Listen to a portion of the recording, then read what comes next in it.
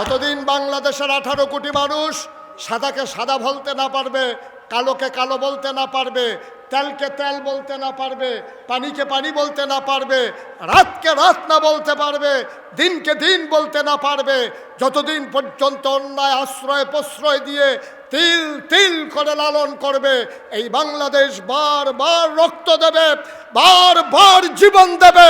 বাংলার সূর্যাকাশে, বাংলার ভাগ্যাকাশে কখনো রক্তিম সূর্য দেখা দেবে না যতদিন অন্যায়ের প্রতিবাদ করা না যাবে। ঠিক কিনা বলো? খারাপ কিন্তু সংখ্যা একেবারে কম, কিন্তু আমরা ভালো মানুষগুলো খারাপ দেখার পরে যে প্রতিবাদ করি না, এটাই হচ্ছে সবচেয়ে বড় ক্রাইসিস এই বাংলাদেশে। আর নাইলে এত খারাপের কিচ্ছু ছিল না।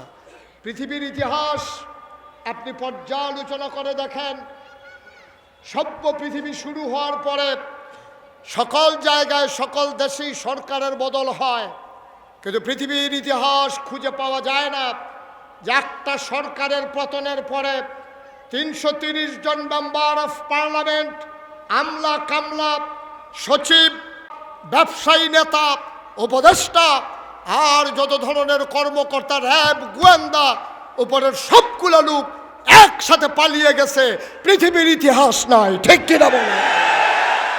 একটাই কারণ, আমরা বারবার বলেছিলাম এভাবে হয় না, এভাবে করে না, এভাবে করতে গেলে ভবিষ্যৎ ভালো হয় না। কথা শুনে না বলে সবাই চেয়েছিল পদত্যাগ, দফা এক দাবি এক, পদত্যাগ পদত্যাগ। যত আলেম, যত রাজনৈতিক নেতৃবৃন্দ, বৈষম্য বিরোধী ছাত্র আন্দোলন সবাই চেয়েছে পদত্যাগ। আল্লাহ বলছেন না, পদত্যাগে হবে না, দফা এক দাবি এক, দেশ ত্যাগ দেশ ত্যাগ। ঠিক কিনা বলো? এই খেলা কার? কথা কয় না কার?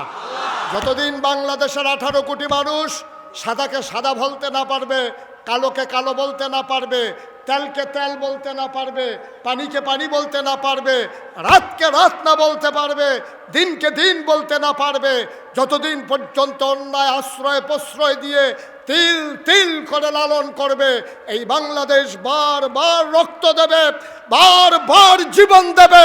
বাংলার সূর্যাকাশে, বাংলার ভাগ্যাকাশে কখনো রক্তিম সূর্য দেখা দেবে না যতদিন অন্যায়ের প্রতিবাদ করা না যাবে। ঠিক কিনা বলো?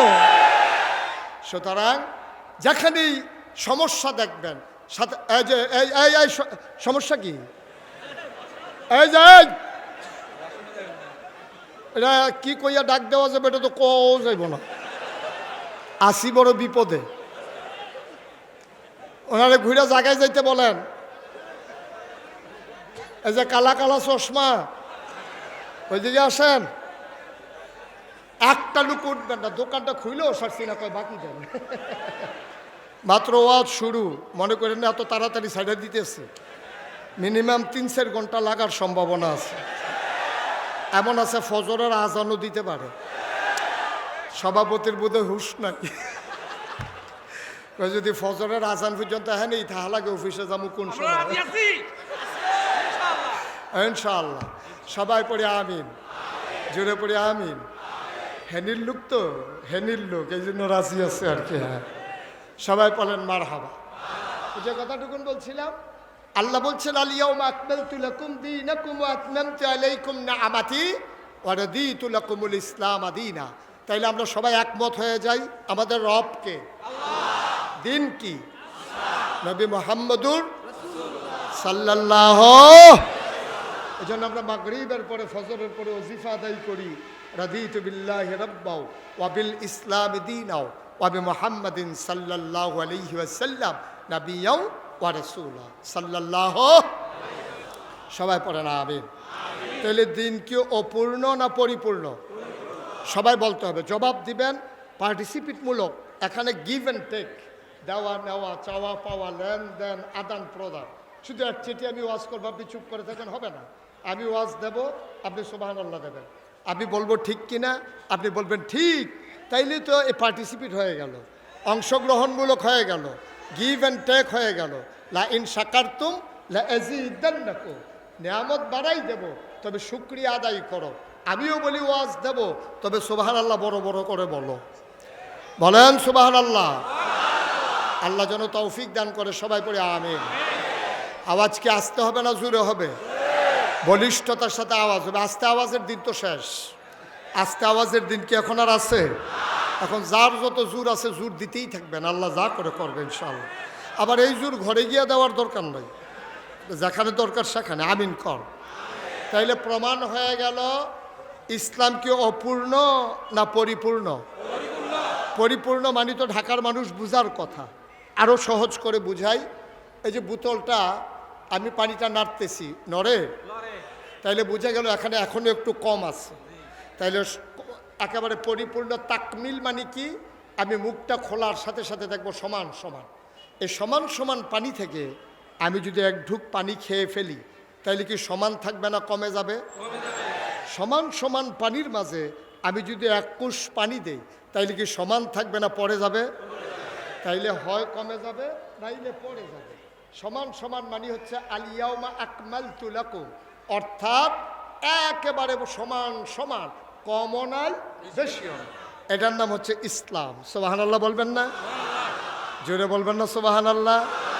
তাইলে আমরা যদি মনে করি ইসলাম মানে পরিপূর্ণ, এখন আজকে একবিংশ শতাব্দীর সূচনা লগ্নে গোটা বিশ্বকে যখন বলা হচ্ছে কম্পিউটারাইজড, গোটা বিশ্বকে যখন বলা হচ্ছে গ্লোবাল ভিলেজ, আমরা তখন দেখতে পাই কি আমার এই ইসলাম নিয়ে তামাশা শুরু হয়েছে। কেউ এটারে কমাইছে, কেউ এটারে বাড়াইছে, ঠিক কিনা বলেন?